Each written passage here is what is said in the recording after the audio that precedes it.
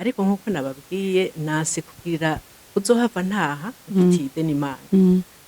Nico gituma navuze nti iyo deni y'Imana ntayo nifuza kuba mfise, ngo numuhave mba nka wa wundi bamwe umugani Yesu yacira umugani abigishwa biwe, umuntu yahaye amatalanta kugira ngo bayateze imbere bayagwize.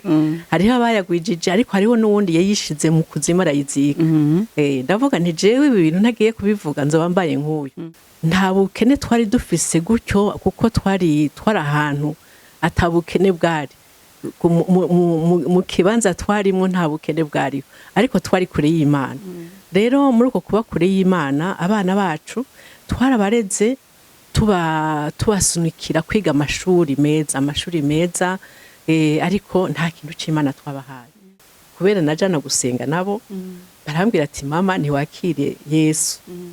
Jewe mugabo nkababwira none je ko mfise Yesu kandi numva vy'ukuri mfise Yesu ko naja gusenga nari narabatirijwe, mugabo nkavuga bakambwira ngo ninakire Yesu mu bingo bwa navuga none no kwakira ba Yesu bangahe. Tugiye gusenga bagahamagara baja kwihana, ariko jewe nkabikwepa singire kuko sinumva igituma nogenda. Mugabo ndiyumvira mu nyuma ndavuga nti rero nagomba kubwira abarundi kazi petete n'abandi bafise amakiriture y'abarundi, ntuzororere ngo umushinga ntahe wawe umusa agusaba imbabazi, kubera biri muri kiriture yacu.